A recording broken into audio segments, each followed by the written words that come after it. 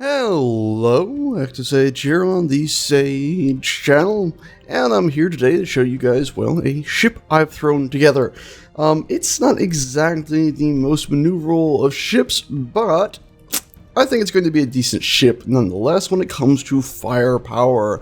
I've named this ship the WarSeeker, because basically it's got a lot of frontline speed as if it's trying to get somewhere, and then a lot of weapons to wage war. On the top and bottom actually, you can see we got these little tiny guns here. These are all weapons from the OKI weapons pack.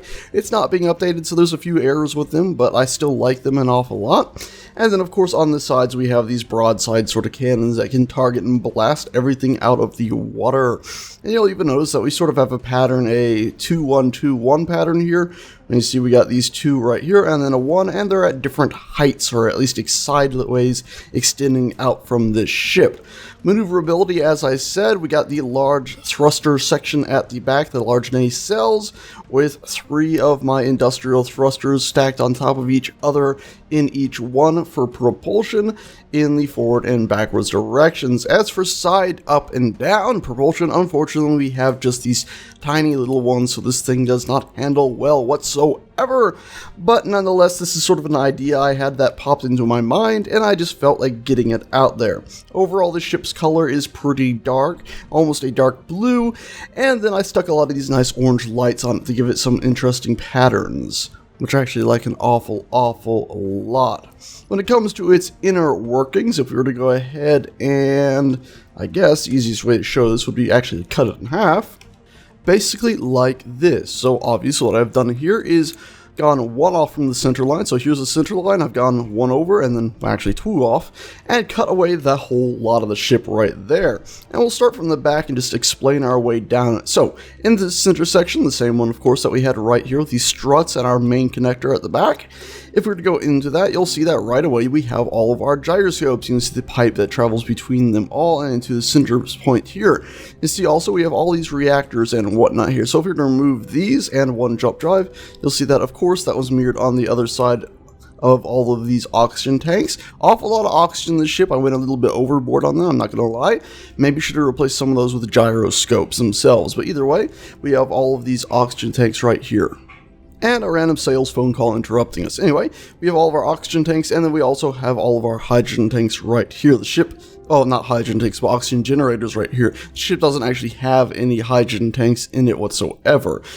Carrying on from that place, you'll see that we have the pipe jumps over one from the center line, because this is actually where we've stuck our antenna. It's actually offset a little bit and stuck in here, and it's actually connected to a large heavy metal block right there. So it should actually be fairly sturdy until that block gets shot through. This is actually the weakest part of the ship right here, with all these little dinky thrusters, so just hope nothing shoots it there. But hey, I wasn't about to change the design a lot from what I sort of felt like going with. Anyway, moving on from there, we obviously have all of our cargo containers that go down the whole length of the ship, all the way to the bridge, and that's why we're going to come down here, where I've cut 1 more block in. You can see before we had a block right here, basically we had that whole length. I've cut away 1 more, that way you can see what is on the other side of all of that.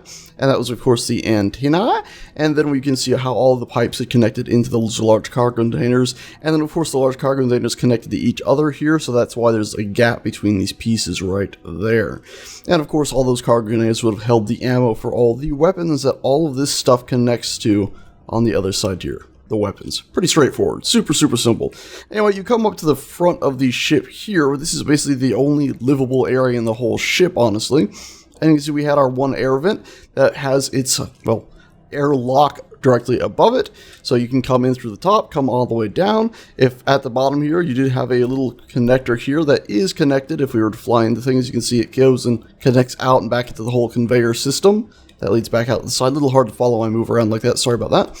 Either way, you can go from the airlock into the main living space that is pressurized. You have I believe there's a cargo container access, so you can't see here. You got your gravity generator that's flipped, so you'll still have the gravity correct way, oxygen tank, and then it leads up to the main bridge, which, little bit exposed, I guess, with a piece of glass in the front, but it is pretty tight, honestly, and the fact that to hit the actual seat, you have to shoot from here, and then on the sides, it's actually got a fair amount of armor, really. Fair amount. And of course you could always put a new seat back here and control from back there, which would be a little tiny bit safer. As you can see, we even have doubled up armor at the top and on the bottom here. pretty nifty thing. I think it's relatively well to do, but I guess you probably want to see it shot at first. And to do that, let's oh yeah, by the way, we also before I get, we do have jump drives stuck into the actual main engine nacelles on either side of them too. Actually, if we're to go ahead and cut away here, you see that we have these here. I did have more industrial thrusters in here, but of course they were burning through stuff and actually, oddly enough, crashing the game when that happened. Anyway, there's that. Let's go ahead and take ourselves over here. We're going to take ourselves into the ship, so I've just did a control spacebar and teleported our character over. Nice little modded doors. Got a fair few mods on this level. There's actually a fair few errors too. If I do F11, you see S is airtight door. I don't even use those, but there's submarine doors having stuff. Turian I got on here. Didn't actually swap my model out. That dang it, dang it, dang it. Do love Turians. And then we come through a little airlock that we were just seeing down into this area. Close these doors behind us. I can go ahead and turn off our jetpack and we fall down. There's the air vent that led into the rest of the ship basically. There we go. And you see the livable area. It's actually pretty nice. I'm honestly very happy with how it turned out. And as I said, we do have a crate right there that you could access the whole ship's inventory through. And of course this little thing here. And now we can actually turn ourselves into a Turian. These Turians are awesome. And a little bit of lag there and trouble. Let's carry on into the bridge. I honestly think it's a pretty cool view. I actually do have a few other seats in here as well, so people could sit down wherever they please. And let's go ahead and take a command. We can unfortunately see a bit of our own face since we switched to the Turian model. This is a small price to pay for being a Turian. And let's fly the ship out. And as I said before, originally with the double thrusters that I had, it unfortunately was crashing the game, oddly enough. And of course melting through everything. We can see the ship, not exactly the most speedy or maneuverable thing. Let's actually go ahead and just get it moving a little bit here. And then we're going to do a Shift K. And right there. We've disabled inertial dampers, did our Shift K. We can see we're in direct access to this mode. We can select these other ones, and we're just going to go ahead and set all these to be owned by space pirates.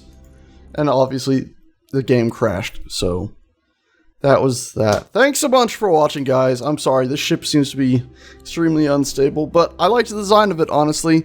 I'm sorry it's so unstable, having a lot of trouble with that. Anyway, guys and gals, thanks a bunch for watching, and I'll see you next time. Damn! So damn sorry that, yeah. Guess, yeah, that's really unfortunate. See you guys. Ta-ta.